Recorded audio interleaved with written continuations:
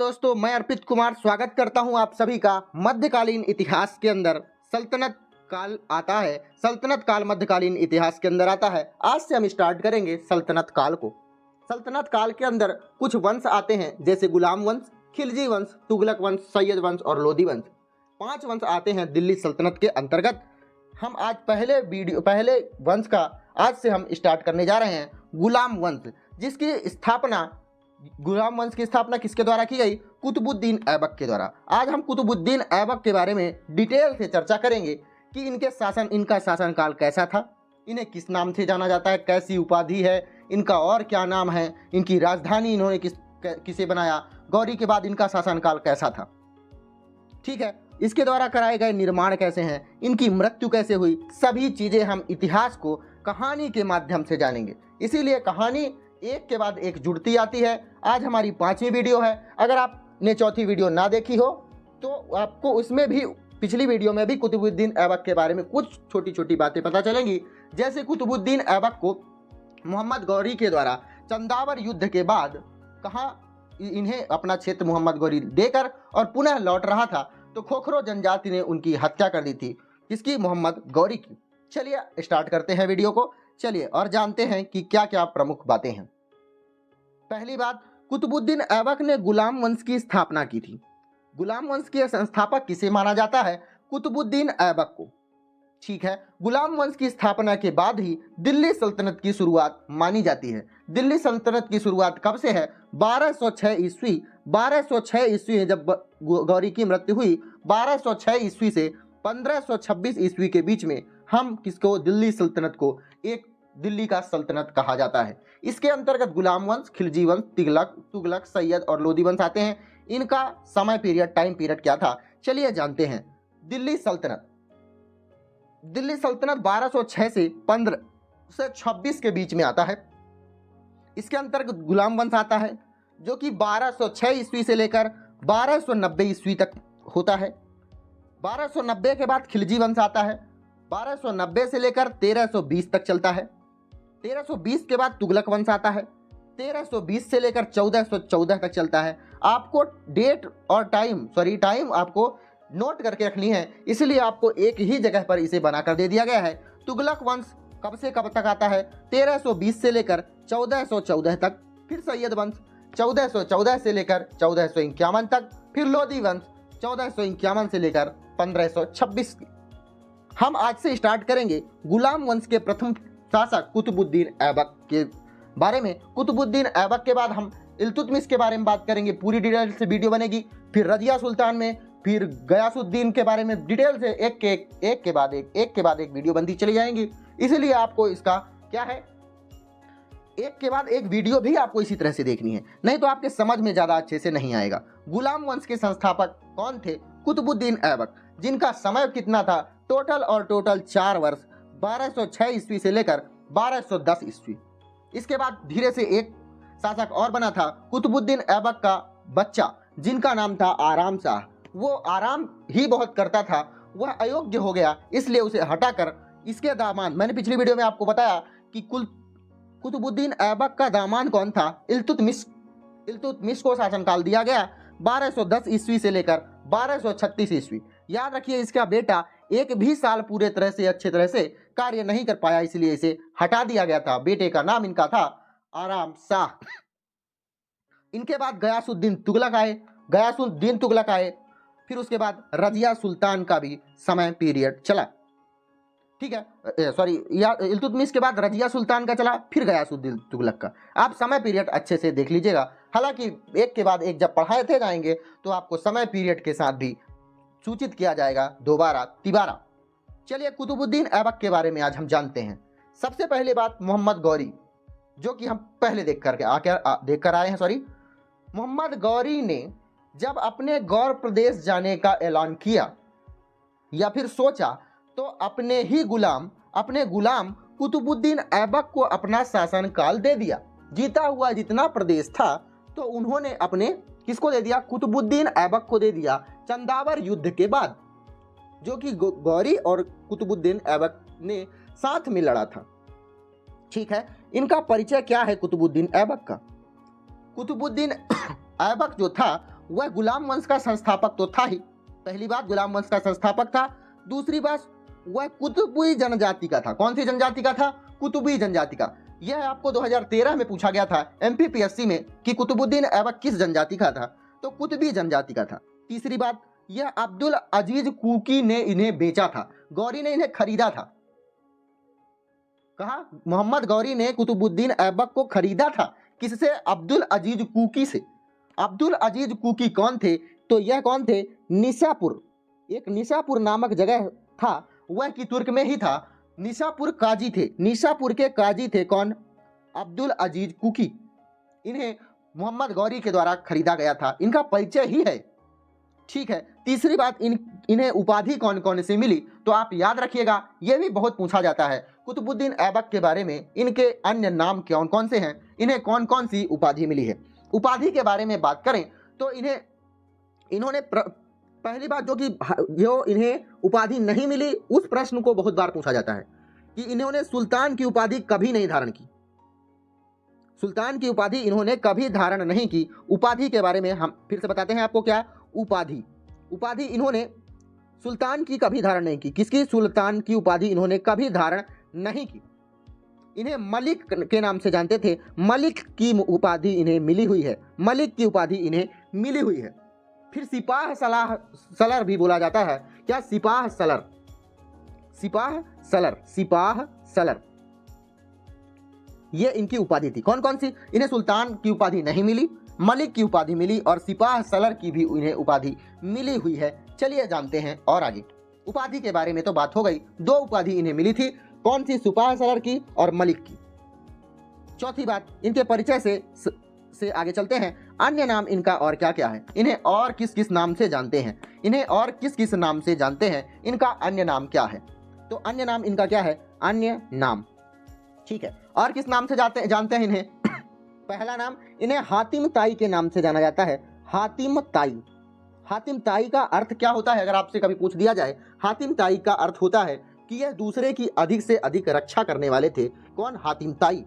और दूसरा, और इनका और क्या नाम है? लाख बख्श के नाम से भी जानते हैं। इन्होंने काफी लोगों को बख्शा है, लाख बख्श के नाम से जानते हैं इन्हें। लाख बख्श इनका और दूसरा नाम था। और तीसरा और अंतिम नाम इनका क्या था? क्या? कुरान खां। लाख बख्श कुरान खां इन्हें क्यों कहा जाता था?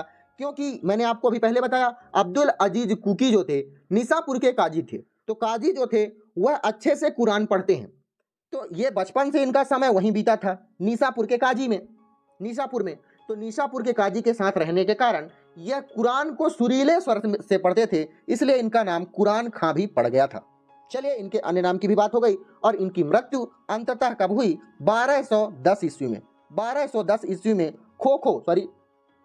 पोलो खेलते समय इनकी मृत्यु हो गई थी। कौन सा खेल खेलते समय? पोलो का खेल खेलते समय। तो आपके लिए ये स्लाइड ज़्यादा ही इंपॉर्टेंट थी और आप इसका नोट्स बना सकते हैं बहुत अच्छे तरीके से। चलिए देखते हैं आगे की ओर। चलिए, अब गौरी की मृत्यु हो जाती है। गौरी की मृत्यु कब हुई थी? 1206 ईस्वी में। 1206 ईस्वी में मोहम्मद गौरी की मृत्यु हो जाती थी। 1206 ईस्वी में जब मोहम्मद गौरी की मृत्यु हो जाती है, उसके बाद जब मोहम्मद गौरी ने स्वयं ही यह निर्णय लिया था कि भारत में इल्तुतमिश का शासन कुतुबुद्दीन ऐबक को हम अपना कार्यभार देना चाहते हैं या दे दिए हैं, तो इनके भाई गयासुद्दीन मोहम्मद गौरी के भाई थे। इन्होंने कुतुबुद्दीन ऐबक को गुलाम के पद से मोहम्मद गौरी का गुलाम था कौन? कुतुबुद्दीन ऐबक। तो गुलामी से आज़ाद कराने के लिए कितने सन में? कब? 1208 ईस्वी में। सन 1208 ईस्वी में यह तुर्क से भारत लौटे गयासुद्दीन मोहम्मद और इन्हें गुलाम के पद से आज़ाद करा दिया गया था। मैंने आपको पिछले वीडियो में बताया कि खोखरो जनजाति से क्या क्या इनका संबंध था, क्यों इन्होंने आज़ाद कराया था कुतुबुद्दीन ऐबक को। क्योंकि जब एक युद्ध हो रहा था खोखरो जनजाति के साथ, तो इल्तुतमिश, कुतुबुद्दीन ऐबक और मोहम्मद गौरी साथ में लड़ रहे थे। इल्तुतमिश ज़्यादा ही अग्रेसर हो गया था और उनकी वीरता को मोहम्मद गौरी ने सलाम किया था। उसी समय पर यह निर्णय ले लिया गया था कि गुलाम इन्हें हम गुलामी से अपने आज़ाद कर देंगे, मोहम्मद गौरी ने कहा था। तो सन 1208 में ऐसा सही में कर दिया गया था, 1208 में गयासुद्दीन मोहम्मद के द्वारा। फिर आगे चलते हैं, बात होती है किसकी? अगले गुलाम। जब मोहम्मद गौरी जी खत्म हो गए, इनके 3 महत्वपूर्ण गुलाम हुए, 3 महत्वपूर्ण गुलाम हुए और गुलामों ने इन्हें शासन करने से बहुत ही ज़्यादा परेशान किया। किन किन गुलामों ने? सबसे ज़्यादा एलदौज ने परेशान किया, सबसे ज़्यादा दूसरे नंबर के गुलाम, हालांकि बहुत गुलाम थे लेकिन 3 गुलामों की चर्चा बहुत ही ज़्यादा होती है, एलदौज नामक गुलाम की और नसीरुद्दीन कुबाचा नामक गुलाम की। और पहले गुलाम के बारे में तो हम बात कर चुके हैं, पहले गुलाम के बारे में हम बात कर चुके हैं और कुतुबुद्दीन ऐबक की तो यह बात ही चल रही है। पहले गुलाम जिनका नाम था इफ्तियार मोहम्मद बिन बख्तियार खिलजी, इन्होंने जब यहाँ युद्ध हो रहा था चंदावर का, तराइन का द्वितीय युद्ध, और इसी समय पर इन्होंने क्या हुआ, बंगाल और बिहार पर क्या हुआ था, विजय यात्रा चला दी थी। नालंदा विश्वविद्यालय, विक्रमशिला विश्वविद्यालय में आग लगा दिया था और जो बंगाल के नवाब थे लक्ष्मण सेन, वह बिना युद्ध किए ही भाग गए थे। इनके बारे में तो चर्चा अपन कर चुके हैं। लेकिन ताजुद्दीन एलदौज कौन थे? ताजुद्दीन एलदौज के बारे में हम आज थोड़ी सी चर्चा करेंगे, फिर अगली वीडियो में करेंगे, तो इसलिए आपको वीडियो को लिंक करते जाना है। बार बार कह रहा हूं, आपको ध्यान रखना है। ताजुद्दीन एलदौज और एक और हैं नासिरुद्दीन कुबाचा, इनके बारे में डिटेल से अपन जानेंगे। ताजुद्दीन एलदौज कौन है, इनके बारे में चलिए अपन थोड़ी से जानते हैं। ताजुद्दीन एलदौज, जो ताजुद्दीन एलदौज थे, इनके कारण ही आपसे पूछा जाता है कभी कभी प्रतियोगी परीक्षाओं में कि दिल्ली से लाहौर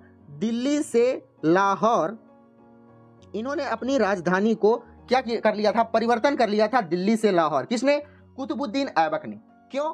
क्योंकि दिल्ली में ताजुद्दीन एलदौज रहा करता था। ताजुद्दीन एलदौज के वहां दिल्ली में रहने के कारण यह वहां बहुत जाने से डरते थे कुतुबुद्दीन ऐबक, तो वहां से डर के कारण वह कभी दिल्ली नहीं गए। कुबाचा के साथ उन्होंने बहुत अच्छा अपना कार्य कर दिया था, एक कह सकते हैं कि एक गेम खेल दिया था। कुबाचा के साथ उन्होंने एक गेम के कारण वह उन्हें परेशान बहुत कम करते थे। कुबाचा के कारण, कुबाचा से इन्होंने, किसने? कुतुबुद्दीन ऐबक ने अपनी बहन की शादी कराकर इन्हें अपने पक्ष में कर लिया था। यह भी एक महत्वपूर्ण गुलाम थे, लेकिन शादी करा देने के बाद यह इन्होंने एक क्षेत्र ले लिया और उस पर अपना अधिकार कर लिया। उसके बाद इन्होंने कभी अटैक नहीं किया किसके ऊपर? कुतुबुद्दीन ऐबक के ऊपर। लेकिन इन्हें तो कुछ नहीं मिला था ताजुद्दीन एलदौज को, इसके कारण यह दिल्ली नहीं जाते थे कुतुबुद्दीन ऐबक। इन्होंने दिल्ली से अपनी राजधानी लाहौर को ट्रांसफर कर लिया था। और कुतुबुद्दीन एलदौज के बारे में यह भी कहा जाता है, इन्होंने लाहौर पर तो कभी गए ही नहीं, लेकिन दिल्ली जाने भी नहीं देते थे एलदौज को। एलदौज ने कुतुबुद्दीन ऐबक को, वही बातें हो रही बार बार, एलदौज कुतुबुद्दीन ऐबक को दिल्ली कभी नहीं जाने देते थे। साथ ही यह लाहौर तो नहीं आए, लेकिन गजनी पर आक्रमण कर दिया। गजनी पर इन्होंने आक्रमण कर दिया, क्योंकि मोहम्मद गौरी तो था ही नहीं। गजनी पर आक्रमण कर दिया और गजनी में अपना क्या हो गया, अधिकार जमा लिया। ध्यान से समझिएगा कौन कौन कैसे थे। दिल्ली गजनी पर अपना अधिकार बना लिया और फिर उसके बाद क्या हुआ, गजनी में अपना अधिकार बना लिया। फिर उसके बाद गजनी में एक आक्रमण हुआ, किसके द्वारा? गजनी में एक आक्रमण हुआ, ख्वारिज्म शाह एक व्यक्ति होता है, ख्वारिज्म शाह ने एलदौज पर आक्रमण किया और एलदौज को भगा दिया। किसने? ख्वारिज्म शाह, आप याद रखिएगा, ख्वारिज्म शाह ने एलदौज पर आक्रमण किया, उन्हें हरा दिया, तो यह एलदौज फिर से लाहौर भागकर चला आया। इसके कारण एक युद्ध होता है, किसके किसके बीच में, हम आपको बाद में बताएंगे। आप याद रखिएगा कि एलदौज को ख्वारिज्म शाह के द्वारा कहां, गजनी में हरा दिया गया, इसलिए वह लाहौर लौट आया है। इसी समय पर युद्ध होने के बाद यह क्या हुआ कि ये खत्म हो गए। कौन? कुतुबुद्दीन ऐबक। 1210 में इनकी मृत्यु हो गई। इनके द्वारा कराए गए निर्माण, अब आप अगली वीडियो में अच्छे से लिंक करेंगे। मृत्यु कब हुई है इनकी? 1210 में इनकी मृत्यु हो गई है, याद रखिएगा। और कौन आ गया है वापस कौन आ गया है यहाँ? एलदौज वापस भारत में फिर लाहौर में आ गया है, वहां से गजनी में हार कर। ठीक है, चलिए आज देखते हैं क्या है। कुतुबुद्दीन ऐबक के बारे में कराए गए निर्माण। कुब्बत उल इस्लाम मस्जिद का निर्माण इन्होंने दिल्ली में कराया था। यह 7वें जैन मंदिर को तोड़कर करवाया गया था। कौन से? 27वें जैन मंदिर को तोड़कर यह मस्जिद का निर्माण कराया गया था, कुब्बत उल इस्लाम मस्जिद। और ये इंपॉर्टेंट बात है, पिछली वीडियो में मैंने थोड़ा सा गलत बताया था आपको कुतुब मीनार के बारे में। कुतुब मीनार के बारे में मैंने आपको बोला था कि गजनवी ने इसका निर्माण कराया। ये बिल्कुल गलत था। उसके लिए मैं आज भी माफी चाहता हूँ। कुतुबुद्दीन ऐबक ने, ध्यान से सुनिएगा, कुतुब मीनार की स्थापना का श्रेय किसके पास जाता है? कुतुबुद्दीन ऐबक ने इनकी स्थापना की थी। कौन से फर्स्ट फ्लोर का इन्होंने निर्माण कराया था? फर्स्ट फ्लोर का। दूसरे और चौथे फ्लोर का निर्माण किसने कराया था? दूसरे और चौथे फ्लोर का निर्माण कुतुबुद्दीन के दामाद जिनका नाम था इल्तुतमिश, इन्होंने कराया था।